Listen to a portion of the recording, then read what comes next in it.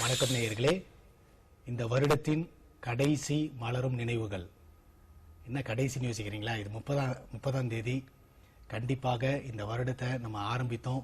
இதில் எத்தனையோ பேர்கள் இந்த வருடத்தின் முடிவை காணாம நம்மளை விட்டு மறைந்து போயிருக்கிறார்கள். அது நம்மளுக்கு தாங்க முடியாத ஒரு துக்கம்தான். அப்படி பார்க்கும் பொழுது இந்த வருடத்தில் அநேக பரிசுத்தவான்கள் நம்மளை விட்டு பிரிந்தது நமக்கு அதைவிட மிகப்பெரிய இழப்பு, நம்முடைய தேசத்திற்கு மாபெரும் இழப்பு. ஆனால் அவங்களுடைய வாழ்க்கையை நிறைய பேருக்கு என்னன்னே தெரியாது. அவங்க எப்படி வாழ்ந்தார்கள், எப்படி தியாகம் செய்தார்கள், எப்படி கர்த்தருக்காய் வைரக்கமாய் ஜீவித்தார்கள் யாருக்குமே தெரியாது. அப்படிப்பட்ட அநேகர்களை நம்ம இந்த மலரும் நினைவுகளை நம்ம பார்த்துட்டு வரோம். இப்பொழுதும் 3/11/2006 ஆண்டு, அது இந்த ஆண்டு தான், நம்மளை விட்டு பிரிந்த ஜான் ரவீந்திரநாத் ஐயா அவர்களை உங்கள் எல்லாருக்குமே நல்லா தெரியும். இயேசு வருகிறார் என்ற தோட்டத்தில் அவங்க திருநெல்வேலி மாவட்டத்தில் ரொம்ப அருமையான ஊழியம் செஞ்சு வந்தாங்க. அவர்களுடைய மறைவு எல்லாருக்கும் ஒரு பெரிய இழப்பு. அது எங்களுடைய நிறுவனத்திற்கு அது பெரிய இழப்பு. ஏன்னா அந்த நிறுவனம் முதலாளி சாது சுந்தர் செல்வராஜ் அவர்கள் அவர்களுடைய ஆரம்பத்தில், அவர்கள் ஊழியத்தின் ஆரம்பத்தில் அவர்களோட ட்ரைனிங்கில் அவங்களோட இருந்திருக்காங்க, அவர்களோடு பழகியிருக்காங்க, அவர்களோடு நிறைய காரியங்கள் அவர்களோடு சம்பாஷித்திருக்காங்க.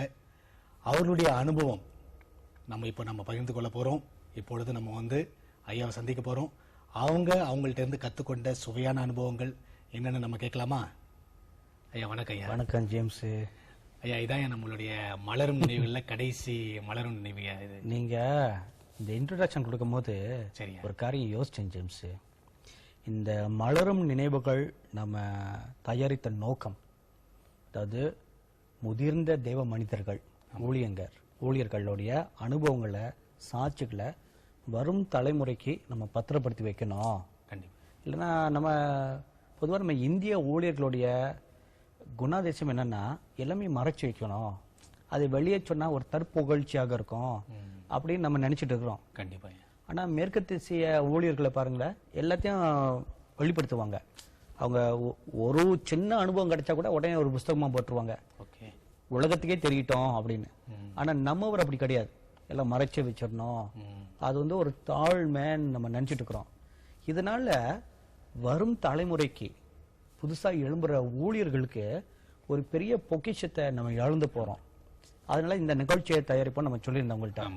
அப்ப அது வரிசையா பல ஊழியர்களை எடுத்தோம். எனக்கு இன்ன வரைக்கும் நான் நினைக்கிறேன் ஜேம்ஸ், என் ஆயுசு நாட்கள் முழுக்க இருக்கிற ஒரே குறை, ஜீவனந்த ஐயாவுடைய சாட்சி எடுக்காம போயிட்டோமே. அது நிச்சயமா என் ஆயுசு நாட்கள் முழுக்க அது ஒரு குறையா இருந்துகிட்டே இருக்க போகுது. நம்ம முயற்சி பண்ணோம், அது நிராசையாக போய்விட்டது. அப்புறம் நம்ம ரவீந்திரநாத் ஐயா எடுத்தோம். இன்னைக்கு நமக்கு ஒரு ரெக்கார்டு இருக்குல்ல, அவங்களும் மறைஞ்சாங்க. அது பிறகு சன்னியாசி பொன்னம்மாள் அவங்கள எடுத்தோம். அவங்கள பாருங்க திடீர்னு சமீபத்தில் இறந்து போனாங்க. ஆனா அப்ப அவங்க சாட்சியம் நம்ம கையில இருக்குது. இப்படி ஒரு சில பக்தர்களுடைய சாட்சிகள் நம்ம கையில் இருக்குது. யாரும் எதிர்பாராத விதமாக ரவீந்திரநாத் ஐயா திடீர்னு கர்த்தருக்குள் நித்திரையை அடைஞ்சாங்க.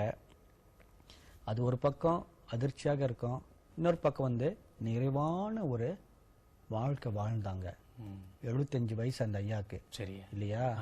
வேத வசனத்துல என்ன போட்டுக்குது, ஒரு மனுஷன் வாழ்வது 70, கூட பலமா இருந்தா 80 வயது ஆயுசு நாட்கள் இருக்கும். இவங்க 75 வயசு நிறைவான ஒரு ஆயுசு நாட்கள் வாழ்ந்து முழுமையடைந்து கர்த்தர் நியமித்த காலத்துல அவங்க மரித்தாங்க. அதனால அது ஒரு மகிமையான ஒரு காரியம் தான் இல்லையா ஜேம்ஸ்? ஐயா இப்போ இந்த ரவீந்திரநாத் ஐயா இருக்காங்களா? ஆமா. அவங்கள நீங்க எந்த வயசுல போய் பாத்தீங்க? நான் அபிஷேகம் பெற்றது, பரிசுத்தன அபிஷேகம் பெற்றது 81ஆம் ஆண்டு. சரியா? அபிஷேகம் பெற்ற உடனே நான் கேள்விப்பட்ட முதல் தேவ மனிதர் டிஜிஎஸ் தினகரன் ஐயா. சரியா? அதுக்கு அடுத்தது நான் கேள்விப்பட்டது நம்ம ஜான் ரவீந்திரநாத் ஐயா பத்தி தான் கேள்விப்பட்டேன். சரியா? அப்போ இவங்க யாரு, இவங்களை சந்திக்கணும் அப்படின்னு ரொம்ப முயற்சி பண்ணேன். சரி. அதுக்கு சந்தர்ப்பம் சூழ்நிலை வாய்க்கல. ஆனா இவங்களுடைய பத்திரிகை என் கையில கிடைச்சிச்சு, இயேசு வருகிறார் உனக்கு பத்திரிக்கை. அதை படிக்கும் போதெல்லாம் எனக்குள்ள ஒரு பெரிய ஒரு ஆவல் ஒண்ணு தூண்டும். ஒரு பக்தி வைராக்கியத்தை யாரோ கிண்டி விட்ட மாதிரி ஒரு ஃபீலிங் இருக்கும். அவருடைய பிரசங்கங்கள், அவர் பார்க்குற தரிசனங்கள் பார்த்தீங்கன்னா ஒரு வசனத்தை ரொம்ப ஆழமா அதோடைய ஆவிக்குரிய அர்த்தம் அந்த ஆழத்தை எடுத்து போதிப்பாரு. இந்த மாதிரி யாரும் பண்ணது கிடையாது. கண்டிப்பா அது எனக்கு ரொம்ப பிடிச்சிருந்துச்சு. இவ்வளோ ஒரு வசனத்தின் இவ்வளோ ஒரு ஆழம் ஒன்று இருக்குதே, ஸ்பிரிச்சுவல் மிஸ்திரிஸ். சரியா அதை எடுத்து இவங்க பேசுறாங்களே, அப்ப இப்படிப்பட்ட ஒரு ஊழியக்காரர் இருக்கிறாரு, இவரை சந்திக்கணும். அப்புறம் உங்களுடைய தரிசனங்களை ஷேர் பண்ணுவாங்க. ஆண்டவர் நான் முகமுகமா பார்த்தேன். அதாவது பார் ஜேம்ஸ், தரிசனங்கள் சொல்றதுனால அவர் ஒன்றும் பெரிய கோடீஸ்வரன் ஆகல, யாரையும் போய் ஏமாத்தல. அவங்க பெற்ற அனுபவம், அவங்களுடைய அந்தரங்கத்துல அவங்களுக்கும் கர்த்தருக்கும் இருக்கிற உறவு, அந்த உறவு நிமித்தம் கிடைக்கிற சில அனுபவங்கள், அது வந்து 4 பேருக்கு பிரயோஜனமா இருக்கட்டுமே, அதுக்காக வெளியே சொல்றாங்க. அதனால இது வந்து பொய் தப்புன்னு எப்படி சொல்ல முடியும்? நம்ம முடியாது. அது வந்து பொய்ன்னு சொல்றதுக்கு நியாயம் தீர்க்கிறதுக்கு நம்ம யார் ஜேம்ஸ்? கிடையாது. நீ பாத்தியா? இல்ல, அவரு பார்த்தேன்னு சொல்றாரு, சரி நல்லது சோத்திரம் சொல்லிட்டு பேசாம போயிட்டு தானே இருக்கிறோம். அப்போ இந்த மாதிரி ஒரு உறவு வந்து என்னை ஈர்க்க ஆரம்பிச்சது. அப்போ 83ஆம் ஆண்டுல அவங்க வந்து இயேசு வருகிறார் வேதாகம பயிற்சி மையம் ஒண்ணு துவங்கினாங்க. சரியா. சோ அதுல போய் நான் அப்பதான் ஊழியம் ஆரம்பிக்கிற கட்டத்துல இருந்தேன். ஒரு 2 வாரம் மையம். சரியா. சரி, அதுல போய் என்ன சொல்றாங்கன்னு 4 காரியங்கள் கத்துக்குவோம்னு நான் போனேன். சரியா. அங்கத்தான் ஏப்ரல் மாதம் 83ஆம் ஆண்டு முதல் முறையாக அவங்கள சந்திச்சது. பாளையங்கோட்டையில. சரி ஐயா, இப்ப நீங்க சொன்னீங்க இல்லையா அவங்களோட மெசேஜ் வந்து ஈர்க்கும் அப்படின்னு. இப்ப நம்ம ஒரு கிளிப் ஒன்று வச்சிருக்கோம் ஐயா. அப்படியா? அவங்களோட இன்ட்ரோ பிளஸ் அவங்களோட மெசேஜ் ஒன்று. ஓகே, அதை நீங்க பார்க்கலாமா? சரி. இயேசு வருகிறார் ஊழியத்தின் ஸ்தாபகரும் தலைவருமான தந்தை ஜான் ரவீந்திரநாத் அவர்கள் கடந்த 43 ஆண்டுகளாக கிறிஸ்துவின் ஊழியத்தை செம்மையாக செய்து வந்தார்கள்.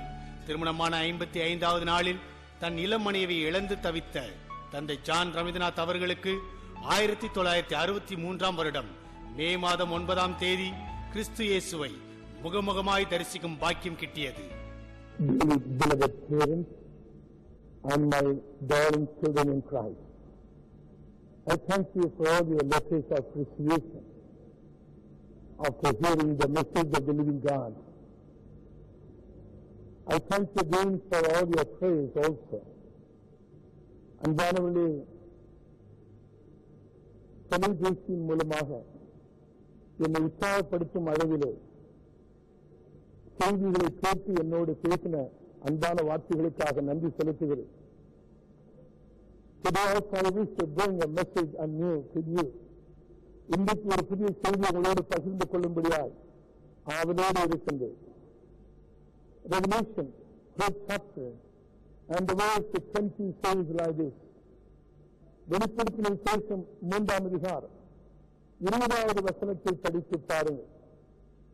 Behold, I stand at the door and knock. If any man hear my voice and open the door, I come in to him